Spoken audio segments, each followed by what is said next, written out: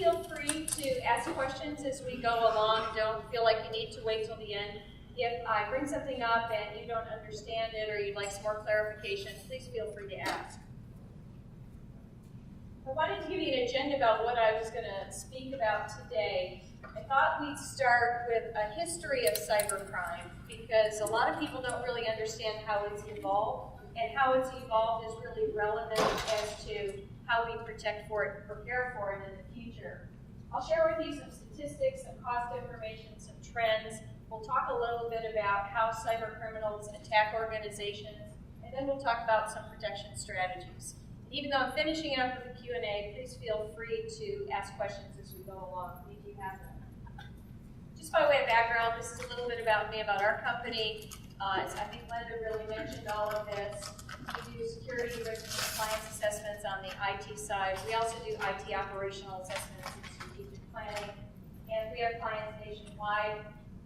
I think she said all these things about me. I do a lot of presentations in the area of cybersecurity, both locally and nationally, and some of them are listed here. I also have authored a book and lots of security articles in some magazines.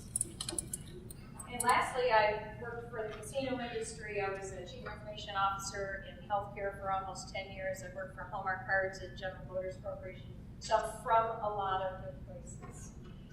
Also very active in the community here, belonging to the Information System Security Association, the Information System Audit and Control Association, to InfraGard, the FBI Citizens Academy Alumni Association, and I'm pretty active on the boards of directors of several of those organizations as well. So enough about me. The first thing that's important for everyone to understand from a cybersecurity perspective is you, in trying to protect your data, you have to be right all the time. The bad guy, he only has to be right once. So it makes your job a lot harder. Hacking really started over 100 years ago, and people don't realize this because people see the advent of the computer industry starting about the 1980s when personal computers came along. But computers were really here a long time before then. They really started as telephone systems. So the first hack was in 1903, and it happened in England, and it happened with a couple of guys that were at odds with one another, Neville Maskelyne and Marconi, who had invented, Marconi's actually the inventor of a lot of networking equipment, and Maskelyne was very jealous of Marconi. Marconi had a lot of patents, and Maskelyne didn't. So Marconi was doing this demonstration of a confidential wireless transmission, and Maskelyne hacked into it and made Marconi look like a fool in front of all these people who loved it. And that was way back in 1903. So hacking is not new. Hacking has been around a very long time. It's really the advent of the internet, when we started this interconnectivity of so many organizations about in the 90s, when hacking became more obvious to people. In the 80s, personal computer came out about 1981 for those of us that are old enough to remember it. Those of you who don't, this is a nice history lesson for you.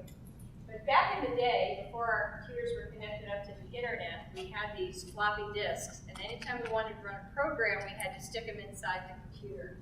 So the very first viruses we saw were called boot sector viruses because they were contained on these floppy disks, and that's actually how they got transmitted from PC to PC. And they were pretty much just annoying at that point in time. They didn't really do any damage. Every 50th boot, you might see some stupid tone or something like that that was just irritating and aggravating, but it didn't do any harm to your system. So these guys really just wanted to annoy you. And in 1987, we really started to see the first malicious virus, what the virus called the Jerusalem virus. And it did do a lot. It deleted some files. It was not a big deal, but it was the first time we saw malicious activity really happen using viruses. In the 1990s, the hackers were motivated by ego, and they started designing malware. And if you remember, in the early 90s is when people started connecting up to the internet. People were using bulletin boards and things like that. It was a little harder and a little more complicated, but we were still connecting up to the internet. It was back in the early days of AOL.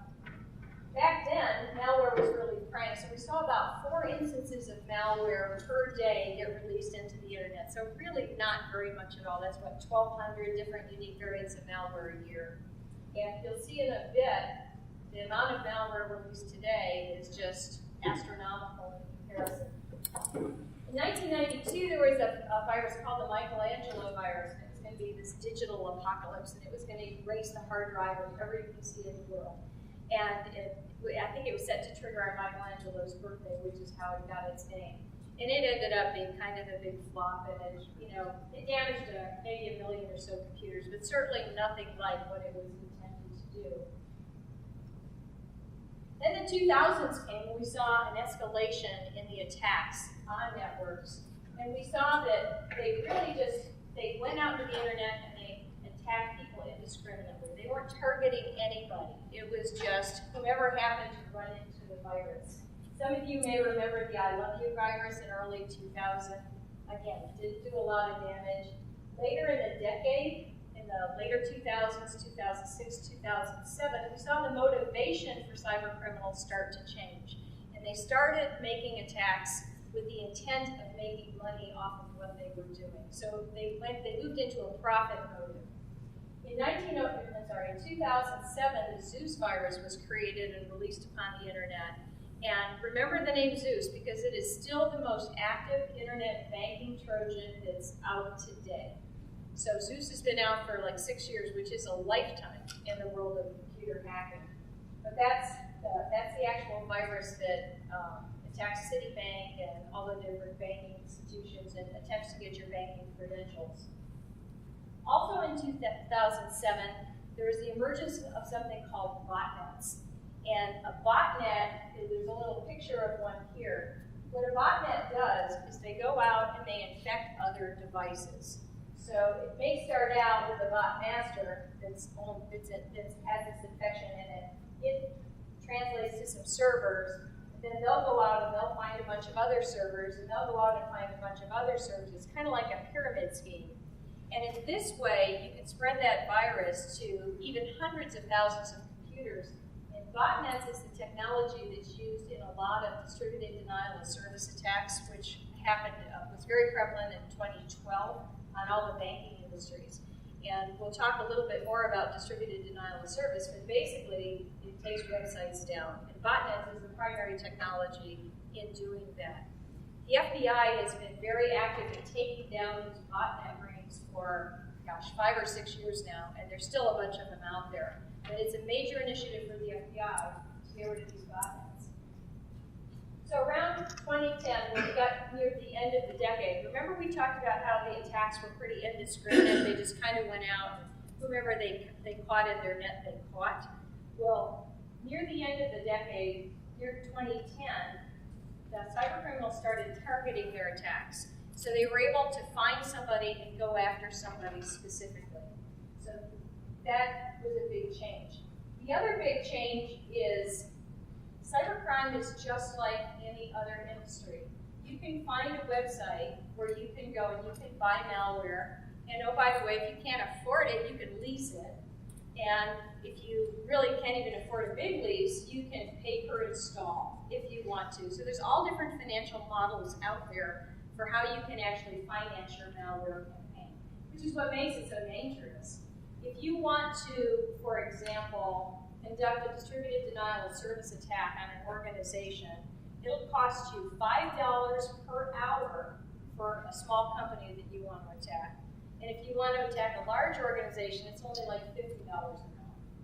So if you're a bad guy, you don't have to know how to do it yourself. You can go out and you can hire somebody to do it for you, just like any other business enterprise. So there's auction houses, there's storefronts, there's distribution services, and if you don't know how to use the malware that you want to use, they have social networks and technical support and help desks where you can call. So just like any other industry, and you wonder if they would just take that energy and devote it towards something legitimate, what they would do. But these criminal enterprises are absolutely amazing. I forgot what they call it, but the amount of money that is estimated to be lost through cybercrime is actually more than the illegal drug trade in the United States. So that's a lot of money. Since 2010, we've seen a number of changes in all of these in criminal warfare.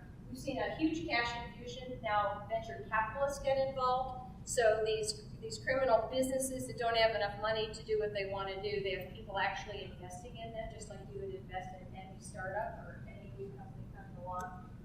There's been tremendous growth in the sophistication and frequency. You've probably all heard of APTs, or advanced persistent threats. You may have heard of something called zero-day vulnerabilities. Hacktivism was very big in 2011. And hacktivism is where you don't really, it's not really a profit motive, it's a cause motive. You want to embarrass somebody. That's where we saw Anonymous, we saw Bradley Manning, with the WikiLeaks and all of that. So hacktivism was very big in 2011. In 2012, was the year of DDoS, where we were seeing banks getting hit day after day after day after day. And one of the interesting things about DDoS attacks is they weren't only hitting the web servers to prevent people from getting into web servers, they actually moved into conducting DDoS attacks on telephone systems. A lot of telephone systems have moved into a technology called voice over IP. And so it's subject to the same sort of technologies that any data network is. So the hackers now could not only attack your website, but they could take out your phone service by conducting a DDoS on your phone service. And they did that a lot to financial institutions and credit cards because they didn't want people to call and report a stolen credit card. So there's actually nothing to do around this. In 2013, we've seen the big Eastern threat. How many here have heard of the Mandiant report? Anybody? Okay, nobody's heard of the Mandiant report. An organization called Mandiant did a study, and it was released in, I think, April or March of this year. And what they did is they identified the Chinese threat that's out there. The PLA in China, the People's Liberation Army, there are actual individuals in the PLA that get assigned targets in the United States to attack by the Chinese government. And this is what the Mandiant report talked about. They estimated that over 246 companies, American companies, have been the victim of cyber espionage from the Chinese from all of these attacks. So there's been tremendous theft of trade secrets, tremendous loss of money to American companies because the Chinese are actually coming out and attacking them. There's also two Chinese companies. One is called Huawei, and the other is ZTE. The House Intelligence Committee spent over a year investigating both of these companies because they wanted to start selling more products in the United States. I think their technology right now is in the cricket mobile phone industry, but they wanted to sell actually network switches and routers, and those are devices that actually manage the communications for your data network at your organization. And the US government brought in the two gentlemen that had both Huawei ZTE and subjected them to intense questioning about the bugs that were found in their system, because no one in the US government felt that they were bugs. They felt that they were actually backdoors that were implanted so that these two companies could sell products to American companies and then have a way into them. So it's very prevalent. The end of the US investigation was a warning to American companies to not purchase products from either of these companies. So if that ever comes up, and the Mandiant report is available on the internet if you were interested in it. So there's been a growing concern of the safety of data and organizational data.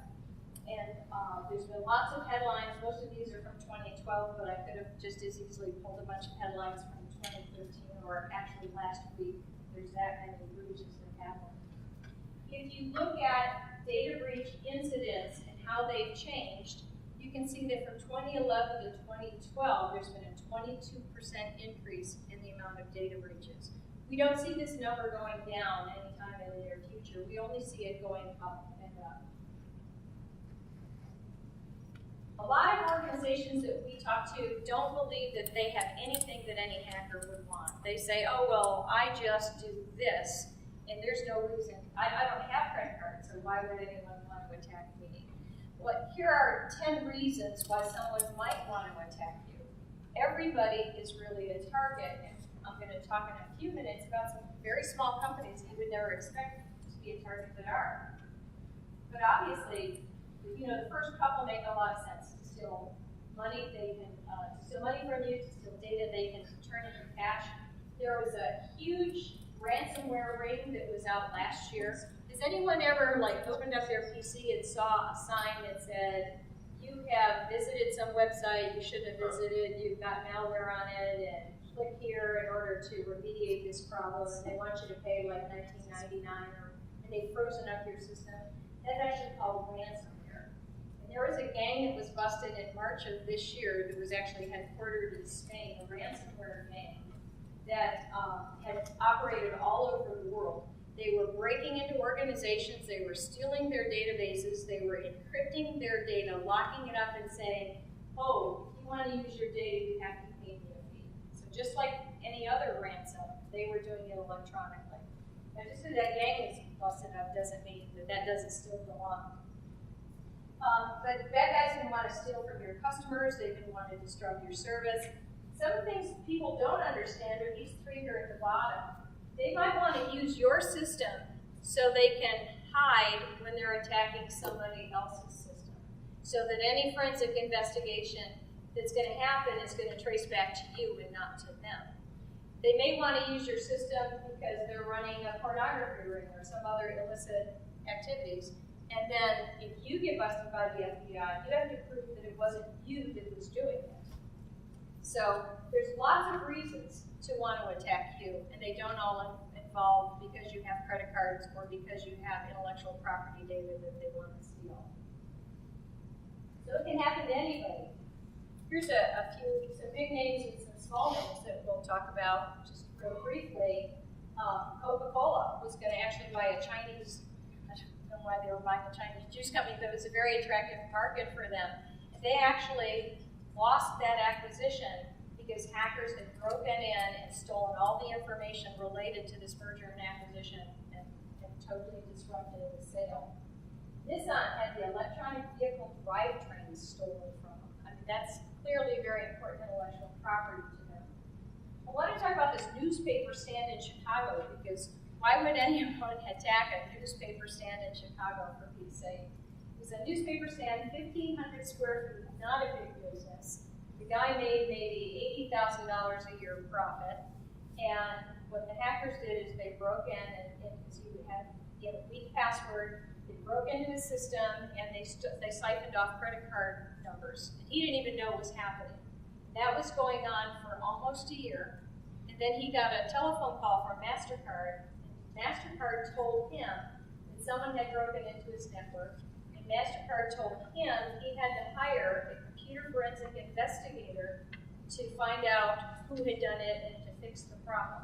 So it cost him $22,000, almost 25% of his annual profits, just for this investigation. So he didn't even know what was happening. So if we're going to go after a newspaper stand, they're going to go after anybody. There are a bunch of rural sheriff's offices, 70 to be exact, in August of 2011, that were hacked by a gang of hacktivists. And they broke into the criminal databases, they took information, and they publicly posted it on those same websites to embarrass all of those sheriff's offices. So you never really know why someone might come after you, but there's a reason. I've got some statistics here that might shock some of you. Unique malware released into the internet every 13 seconds. So while I've been standing here talking to you, there's probably been 30 or 40 or 100 different variants of malware that have gone into the internet to attack people. So think about how to create a defense for something that changes that rapidly. 232 PCs infected every minute. These are obviously worldwide statistics, but they're pretty big numbers. A new cybercrime victim every 18 seconds. And out of everybody in this room, 2/3 of you are going to be a victim of cybercrime in your lifetime.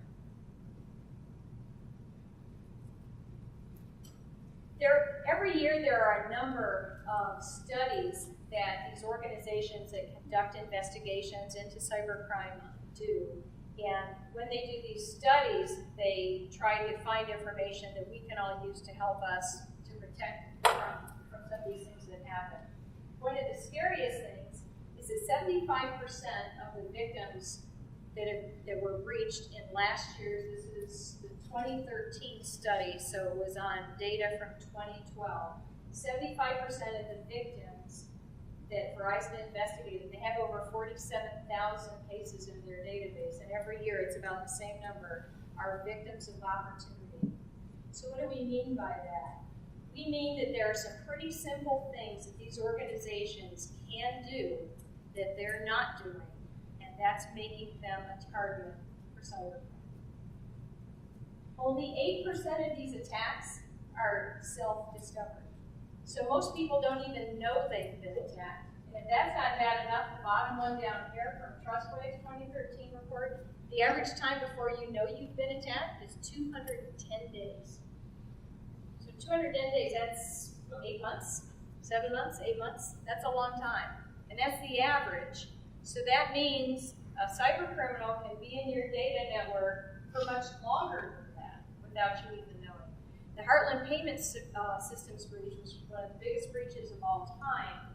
The criminals were in their network for 14 months before anybody found them. Think of all of the data, all of the intellectual property, all of the damage somebody could do if they were in your network for 14 months or even 7 months and you never even knew about it. The other interesting fact is 84% of the information you need to detect them, you already have. It's like Dorothy and the Wizard of Oz. You know, just stick your heels together 3 times. If the answer is there, it's with you. You just have to be looking for it. Most often, people find out they're attacked because somebody else tells them. It's very rare for an organization to self-discover a breach. And that's a little scary too, I think. And why? Internet connections are risky. They are attack vectors. They support attack vectors. Malicious web links in 2012 grew 600%. That's a lot. And what they do, the hackers, is they put these malicious links on legitimate websites. 85% of malicious links were found on legitimate websites. So they will go into a website of an Amazon, of your company, and they will put a link that looks innocuous, and all somebody has to do is click on it, and they're going to go to some website that's going to down some malware or do some harm somewhere. WebSense is a big they have cybersecurity software that it's called data loss protection software. It's pretty good stuff. In their study, they said their weekly average is 1.7 attacks per user. So that's how often the bad guys are coming after you. And Twitter, according to WebSense, has the most malicious links. Now, the good news is a lot of people use Twitter on their phone, but we'll see what happens in mobile phones, too, so maybe it's not that good of a news. And the problem is, on the internet, nobody knows if you're a dog. Nobody knows who you are. This, by the way, is Katie. She is a dog. She is on the internet. So what are some of the risky things people do? Well, 42% of people in a survey send work-related documents to personal email accounts. A lot of people have freeware email accounts. They have Google, or they have Gmail rather, they have Yahoo, they have whatever. And anyone who's been following the news lately with the Eric Snowden debacle, if I can call it that, probably knows by now that all of those freeware email accounts are considered public information. Anything you put in a Gmail account or a Yahoo account, you have surrendered your right of search and seizure. It is available, and that's why the government looks at it. I'm sorry, sir, did you have a question? On that topic there of the free email accounts, I heard on the Bill Cunningham show this last week that there are some remedies, and I'd like your opinion on how effective these remedies are. I heard of 2 websites, 2 browsers, I guess, called Smart Start or something like that, and they're supposed to be coming out in an email later this summer. We pay $5 a month. Again, it's a Smart Start thing. There might be other ones out there. One of the problems I had understanding about the email is the person promoting it says, well, it's encrypted. Well, it might be encrypted at my end, but when I send it to my tax advisor who uses a Yahoo account, I'm thinking there's the open door. Yes. I would not send information to my tax advisor via a Gmail or a Yahoo or an open email account. I'm not familiar with the email account that you're talking about. But encryption is the answer. If you are going to use an account like that, encryption is the answer. But the way you're going to do it is you're going to encrypt your document, and then you're going to call your tax guy on the phone, and you're going to give him the password to unencrypt your document. So anything in any of these open source locations that is encrypted, they can't see unless you give them the encryption key. This is actually a good point to talk about cloud services, because cloud services, the same thing is true. I don't know how many people here use Dropbox, but Dropbox, if you're putting something sensitive in Dropbox, I strongly recommend that you encrypt it. If it's something you don't want to be publicly available, it should be encrypted. And that goes with any cloud services, in my opinion. Can you recommend any browsers that I know they're not, there's no such thing as eavesdropping proof, but is there anything that can mitigate maybe a paid browser or anything out there? Changing your browser won't solve that problem. So the only thing you can do is encrypt your data at that point. And part of the other problem is if you switch to another browser, it may not be compatible with the websites that you went to. So that would be another issue. The other thing, and I don't know how many people are aware, but when you're on the internet, the top line, the top address line, if it says HTTP, that is not a secure connection. If it says HTTPS, it is a secure connection. The only thing better than HTTPS is if that entire line is green. That's called enhanced SSL protection. So if you're going to go to a website, and you may have noticed it if you go to, say, Southwest Airlines and you're purchasing a ticket, you'll notice that top bar turn green. That's a good thing whenever you see that. Another scary statistic is that 49% of people do not know how to recognize if a virus is on your computer. Frankly, I'm surprised that number is so low, because viruses are so good at hiding themselves from you that I would expect that number would actually be higher. 44% of adults will access personal email through unsecured Wi-Fi. So you're going to go to Starbucks, you're going to go to McCarran Airport, you're going to go to any of those places where there's free Wi-Fi, and you're going to access your personal email, or you're going to go to a website. Anything you do on an unsecured Wi-Fi is subject to sniffing and snooping, and people can intercept that traffic. So you should always be careful. Now, a good way to get around that is to have your own personal secure hotspot. And those, you can get them relatively inexpensively. We've got one that we pay $20 a month that we have through Verizon. So you might want to, if you travel a lot and you access and you want to look at sensitive data, I would recommend a personal hotspot. 20% of people do not check links before sharing them. I know we all get links from people in email or on Facebook where they say, oh, check this out, this is great. So if you get one and you don't check it and you send it to all your friends and that was a bad link, you've now just opened up exposure to all of your friends to whatever malware that might have been on that link. So when you get a link, know that 1 out of 5 you've gotten probably hasn't been checked. So it's good to know who's sending you stuff and only open stuff from people who send you stuff. So I mentioned Verizon earlier. Verizon is one of the largest data breach investigation firms, and they put out this report, and they do it in combination with the Secret Service and some other organizations, some other law enforcement organizations from all around the world. And every year they publish this report. It's free. You can just Google Verizon Data Breach Investigation Report or DBIR 2013, and you can download it if you're interested. This past report said that 52% of breaches are the result of hackers. So this is important as we talk about how we're going to defend our networks. It's important to know how things are happening. So 52% of things happen with hackers. 35% in this year's report, which was quite surprising to me, was a result of some sort of physical intrusion. So somebody got into a data center, someone got into an area, or stole something. And I should mention that these numbers you're going to see are going to add up to more than 100, and that's because cyber criminals frequently use multiple methodologies when they're doing attacks like this. 15% of the attacks are errors, so just a mistake, something inadvertent, an accident. 29% are the result of social engineering. So think of websites like Facebook, Twitter, LinkedIn, any of those social networking websites. And 40% of them have malware included as part of that attack. Smartphones have really, I don't know what the numbers are, but something like 50% of all people have smartphones, or 50% of all phones are smartphones. They're really penetrating the market, and before long, probably everybody will have smartphones. So it's important to know how people use smartphones. And then we're going to talk about how people can use smartphones to attack. WebSense, in their 2013 Internet Threat Report, looked at the amount of time people spend doing different things on smartphones. And they found that 25% of the time, this is minutes per day that smartphones are in use, people are on the Internet.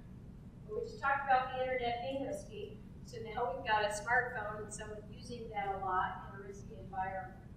17% of the time people are on smartphones, they're on social networks like Facebook and things like that. We already talked about social networks being risky places. 16% of people listen to music, 14% are gamers. Not a lot of attackers attack through gamers, but it does happen. And only 12% of the time are people actually using their phone for a phone. I find that something like So let's look at the mobile malware trends. From 2011 to 2012, we saw a 400% increase in malware on mobile phones.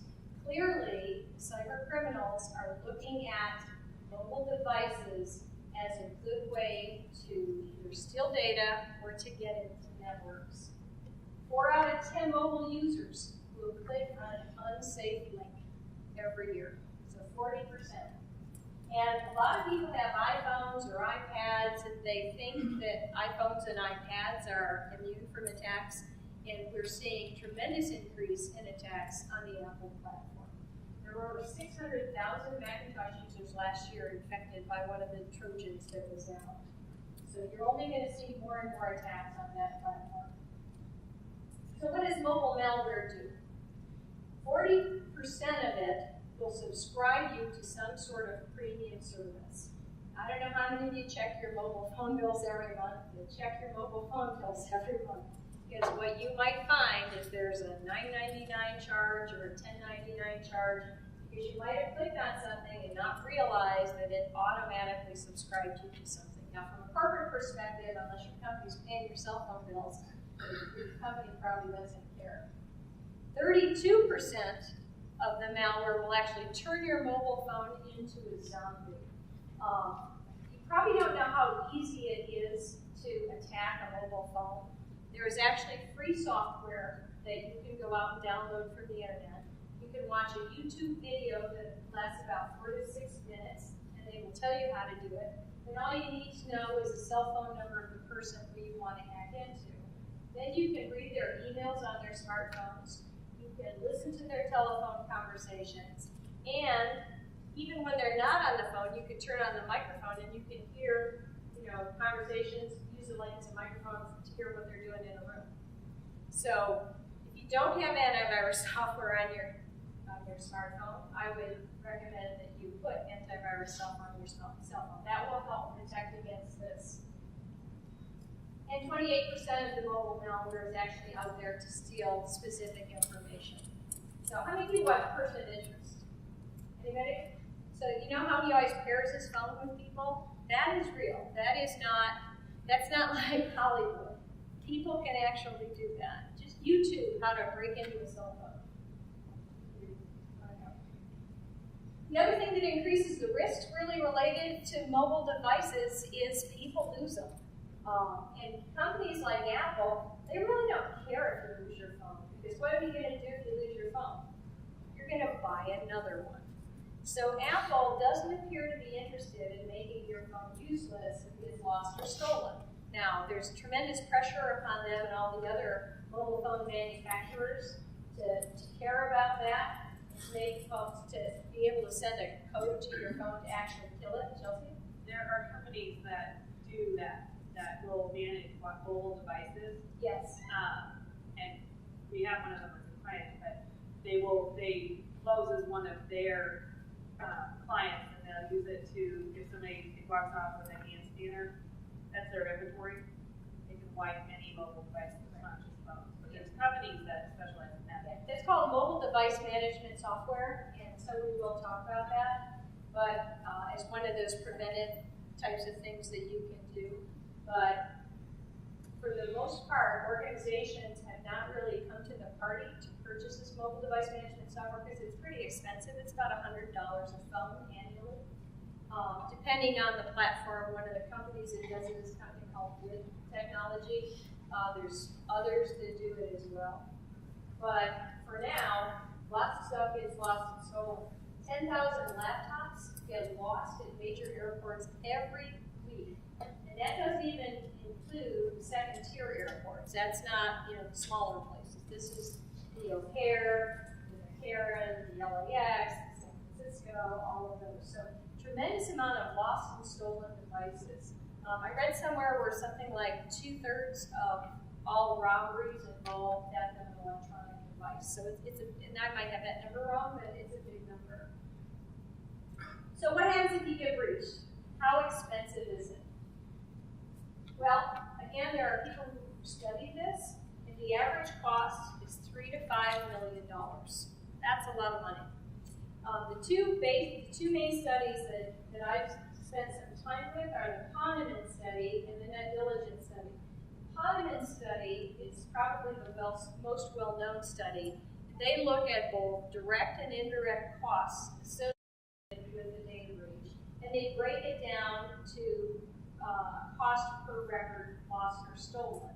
And their number is $194. So $135 in indirect costs and $59 in direct costs.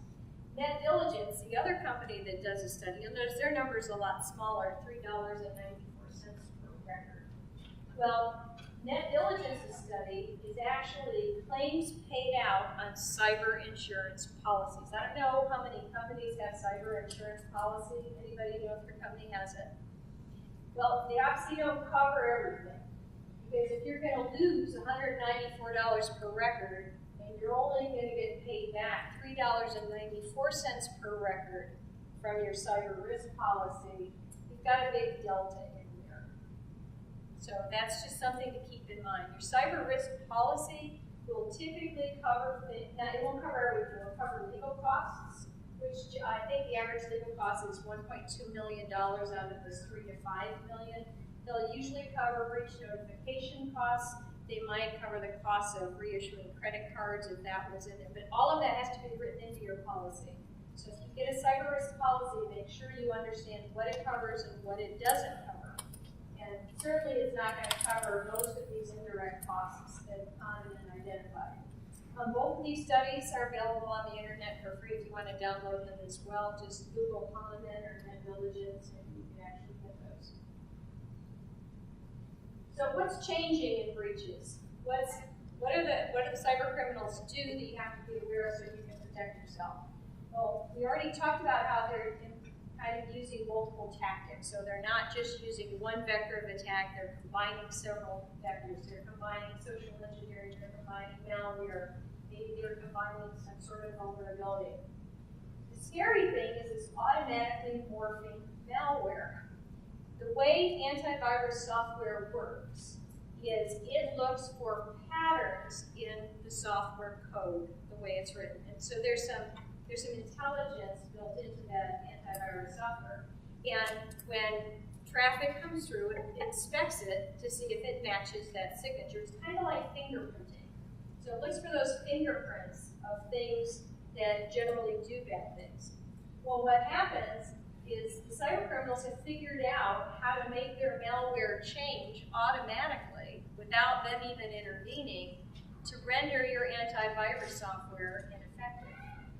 And I've seen lots of studies about the effectiveness level of antivirus. Most people think it's somewhere in the 19 to 30% range. So 19 to 30% of the malware that comes into your organization will be stopped by your antivirus software. The other 70 to 80%, we have to have different approaches to stop and prevent them. There's something called zero-day vulnerabilities. And a zero-day vulnerability is some sort of bug, either in software or in hardware, that has not been made publicly known. But the bad guys know about it. And a lot of the famous breaches we've had, and some of the big breaches that we've had, have been the result of a zero-day vulnerability. So that's what that means. Oops, sorry about that. There's something called advanced persistent threats. Advanced persistent threat is just a term that means someone has used generally a zero-day vulnerability to get into your network, and then they have found ways to cover their tracks so that you don't know that they're there. And they stay there for a long time. The Mandiant report in particular talks about the advanced persistent threats that the Chinese use on all of these 246 American companies that they stole things from. Will these also be threats that were uploaded and then basically stay dormant until such time that the hacker or the hacker or the government decides that they want to activate them? No different than electronic eavesdropping devices. Stays dormant until activated. That'd be an APT attack also? It could be an APT attack. Okay. The question was, do APT attacks stay dormant until some particular point in time, and then they sort of unleash what they're doing? And they can be that, but they can also be just in there stealing stuff all the time. Exploitation of social networking is huge, and we're gonna talk about how hackers attack in a moment, and I think you'll see where social engineering plays in that. But the main message is that relying on the traditional technologies to prevent these attacks. Don't say, oh, I've got a firewall, I've got antivirus software, I don't have to worry, nobody can get into my network, because that's just not the truth. So the impact on security, remember we talked about 1994 different unique malwares being released every day? Well, now we're up to 1.1 million being released in 2011, so exponential increase. And by unique, does that mean it's a brand new variant? It's So it's a new iteration, we've not seen it before. It could be a hybrid of something else, but it's truly a unique creature. That's Absolutely. Absolutely. Gotcha. So the question was, does that mean it's really, really different? And the answer is yes, and it means that it's not detected by antivirus software. Another reason why it only is 30% effective. Think if you're an antivirus software vendor, how difficult your job would be. You have to go out there, you have to find 1.1 million way to stop 1.1 million things every day. That would be pretty So your updates really can't stay really updated at the speed that this is perhaps being produced then, right? That's correct. They cannot keep up. Now, that doesn't mean you should get rid of your antivirus software, Sure. because they do stop and block a lot of things. You just can't rely on it wholly. So there's a new imperative. Because we know we cannot stop all of this stuff, we have to start working on detecting it. So if you take nothing else away from this, take away that detection is now more important than ever. So let's talk about how hackers attack. Well, they pretty much attack like any criminal attacks. They just have to do it electronically. So first off, they're going to do some reconnaissance. They're going to find somebody they can compromise. This is no different from breaking into a store. They're going to check it out. They're going to walk by it. They're going to explore the network, and then they're going to cover their tracks. We'll go into each of these in a little bit more detail. So in terms of reconnaissance, they really make use of social networks. And I don't know how many of you have actually Googled your name. Just go into Google and Google your name and find out how much stuff about you is out there.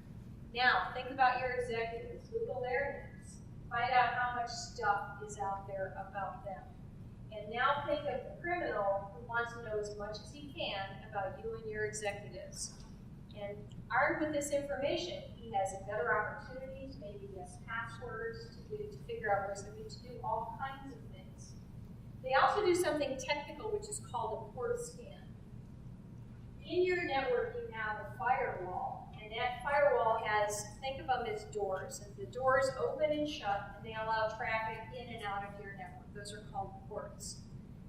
There's freeware tools. By freeware, I mean it doesn't cost you anything. You just go on the internet, Google it, you can find it. It doesn't cost you a dime. And And you can go out and you can do port scans, and you can find out what doors are open and what doors are closed at a particular organization. So I can Google your firewall, I can find out what ports you have open, and then I can figure out how I'm going to attack those ports and get into your network. So that's one thing they do. The other thing they do is they do vulnerability scans, just blank vulnerability scans. Again, there's free software, there's cheap software out there. And what this software does is it goes and it looks at your devices, and it usually does it by something called IP address. But it goes out and it looks at your devices, and it looks to see if you're not up to date on your patches, to see if you're not up to date on your antivirus software, to look at your configuration, the way you've configured your device. So for example, when you buy a firewall, and a firewall is a perimeter security device for your data network. When you buy a firewall, it comes with a password on it. The vendor has to put a password on in order to make it usable, right? When you get that firewall, you should change that password, because guess what? Every criminal in the world knows all of the default passwords that are out there, not just for firewalls, but for servers and routers and switches and everything that's out there. So if part of your process when you get new equipment into your organization is that you don't change that default password, among other things, the bad guy you've just given him a key to your kingdom. He just walk right in the door, because he knows what firewall system or what password system uses, etc. So these vulnerability scans that they do will come back and say, this firewall at company X is using the vendor default password. So this is how the cyber criminals collect information about you. You know, obviously they do a lot of other things as well, but these are the basic steps that they can do, and they can make a lot of traction just by doing these three things. So then, now they know who you are, so now they want to compromise you. There's a number of ways they can do it. There's something called crimeware, and that's basically just another name for malware. Malware is kind of used in a lot of different terms. You've probably heard of spear phishing. So now that I know that you are an executive at an organization, I can send you an email, and I've actually studied you, so because I Googled your name, I got your LinkedIn profile, I know something about you, so I know what you're interested in. Maybe you're a big voter and you'd like to go voting.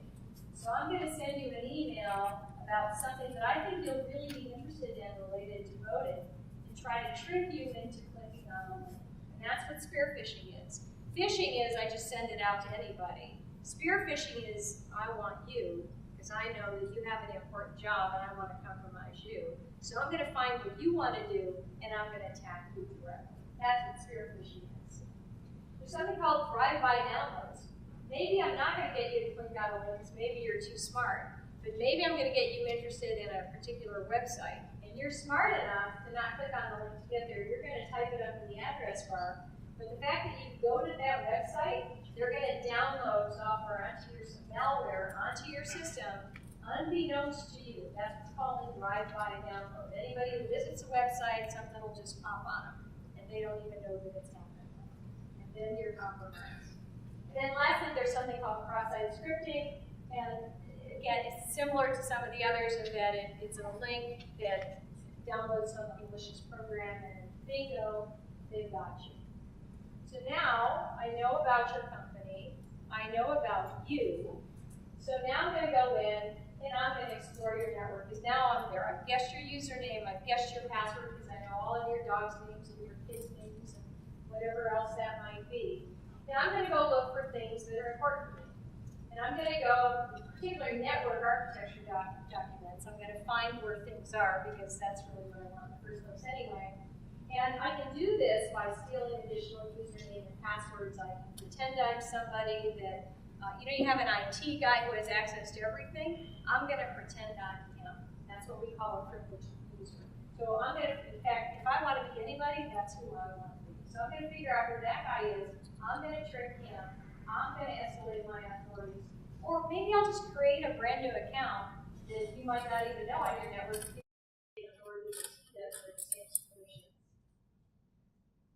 then they're going to cover their checks. They're going to go in, if they made some new user accounts, they're going to delete them. They're going to delete your log records if you don't have them secure. secured. They're going to preset stuff so that you will never even know that they're there. But generally what they're going to do before they leave is they're going to set up a way so that they can get back in. Because you didn't know they were there in the first place, they can come in, they're going to want to come back at another time sooner than they want to do them as well. Question. Can you go back to the previous slide? I'm sorry? Can you go back to the previous slide? Sure can. Okay, I'm always using graphics. Is that a cat with coons? It is. Okay. I think it was the right one. So, once again, what we've done in the past is not going to protect us. Albert Einstein, one of my favorite quotes was, if you always do what you've always done, you'll always get what you've always got. Well, that'd be great if the bad guys weren't doing new stuff. So if I do always what I've been doing and the bad guy's doing new stuff, then he's way ahead of me and I'm in trouble. And that's basically what's happened in the world of cyber criminal. So traditionally, when you're securing your network, you're going to want to have a secure network architecture, and this kind of gets into some of the IT stuff. But basically, you're going to have an internal network. It's going to have a firewall in between that and an area we call the DMZ. And from a military perspective, most of you probably know that stands for demilitarized zone. And then another firewall between that and the internet. So just like anything else, you want defense in depth. You want to layer your security so that it's harder and harder for the bad guy to get in. A lot of organizations won't have firewalls in between these two places. The purpose of this DMZ is to put anything that the public needs to access. So generally it's going to be your web servers so that the public can access your web servers. You would never want your Active Directory server or your server with all of your critical data to sit in the DMZ. So you want to make sure that your devices are placed in the right place. There's a technology called intrusion detection, intrusion prevention services or systems. And those ride usually on firewalls. You're going to want on both sides. But again, they're signature-based. Remember when we talked about signature-based? They can only catch the stuff that has a well-known signature. So in general, that's traditionally what people have done to protect their networks. For the Verizon report, I thought this was a pretty interesting quote. Some companies will be a target regardless of what they do. Some companies will become a target because of what they do. What I hope to help share with you today is ways to not be a target because of what you do. So 79% of victims are victims of opportunity. How do you take away the opportunity? Well, first off, you conduct a risk assessment. Just like you do on the physical security side of the house, you find someone who knows how to come in and look at the risk to the loss or theft of your sensitive data or your intellectual property, whatever it is, your electronic protected health information, if you're a healthcare institution. You make sure you have a secure network architecture. We already talked about that. We'll talk a little bit more about password management, managing mobile devices, security awareness training, and ensuring hard and updated systems.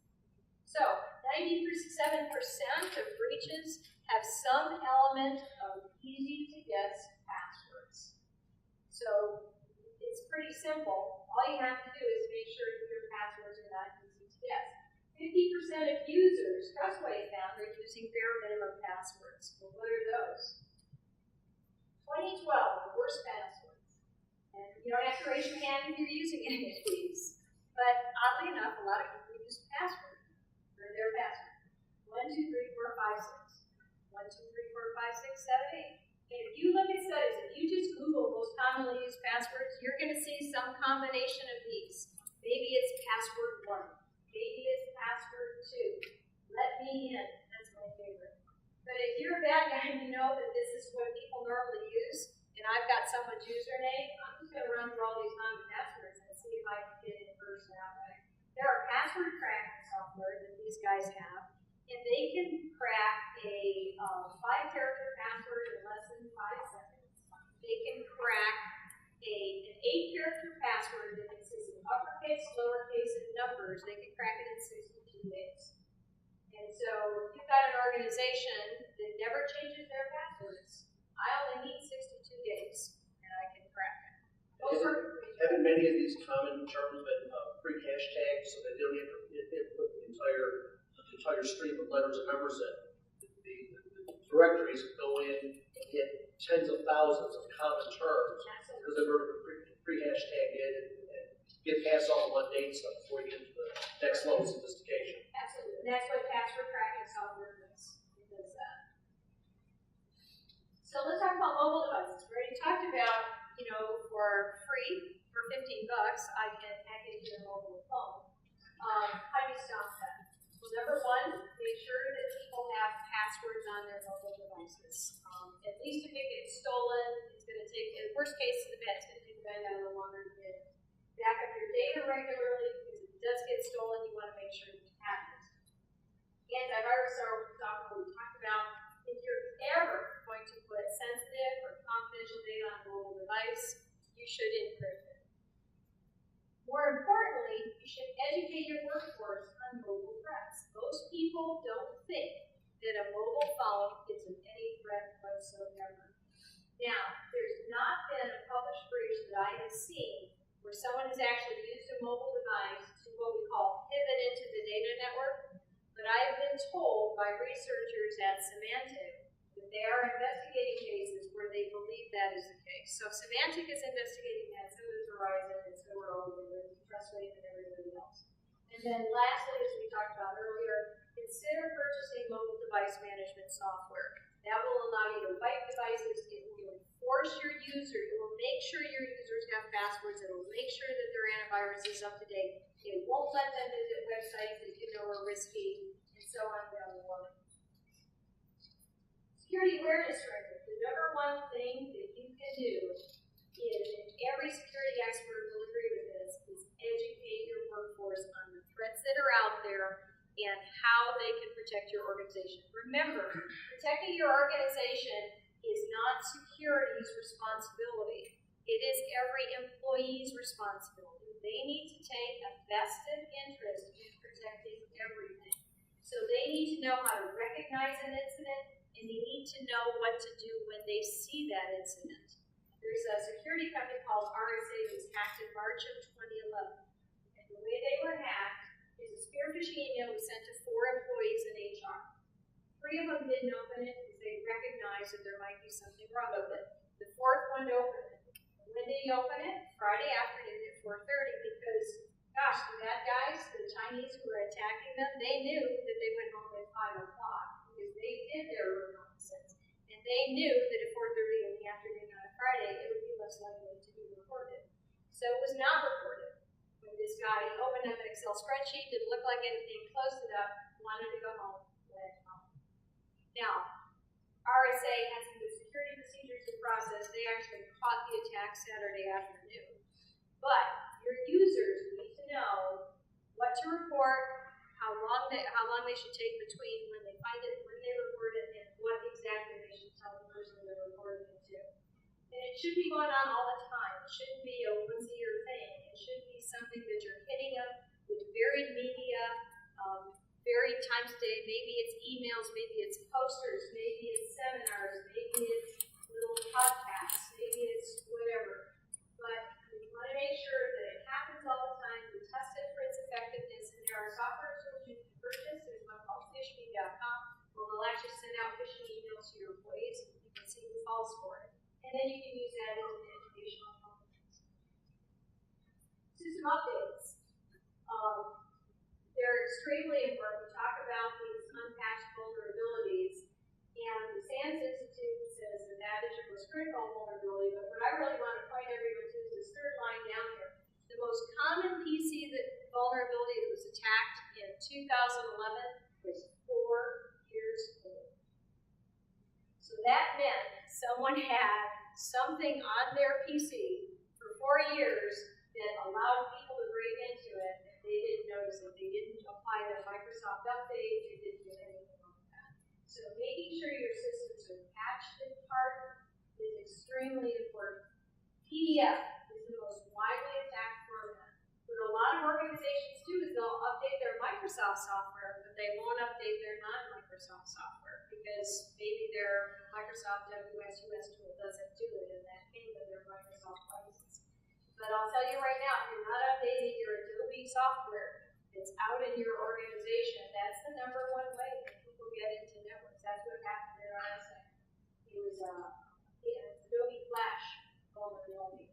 95 new vulnerabilities identified weekly. That was back in 2011. I don't know what the number is now. 61% of attacks included Adobe files. So, again, a lot of people don't think about Adobe, they just think about Microsoft stuff. So make sure your antivirus automatically updates. Put in processes that will identify all of your software, not just Microsoft. If it's like your personal PC at home, there's some software called Securian PSI. It's free, and it will check all of your software, whether it's Microsoft or not, and it will scan it every time you log on, and it will update. That's Securian PSI, SECUNIA PSI, and it's free. Make sure your organization has a vulnerability management program. Your organization should have software that I would say weekly, they should be scanning all the devices to make sure they're all up to date on the latest patches. And then those that aren't, for critical patches, they need to apply the updates to them. 85% of breaches took weeks or more to discover. We saw the average was 210 days. So once again, prevention is not the whole story for us. Detection is very important. So we need to know what's normal. We need to know when users log into the system and when they typically don't. If you're a Monday to Friday 8 to 5 shop and you see people logging in during the weekend, you should ask the question. So there's a number of things that auditors will tell you to look for: long-time persistent connections. And I think they have a long time ahead, of course. But know what's normal. Make sure you put in detection processes, and you also want to do some auditing as well. On the detection front, you want to look for suspicious behavior or something, and again, it's something that's not normal. Maybe it's accessing a file at an unusual time of day. That's what happened at RSA. They saw a user logging into a specific server that never gets access on a Saturday afternoon. Somebody was trying to access it on a Saturday afternoon, and they said, bingo, something's wrong. I have to look into this, and that's how they stopped their attack.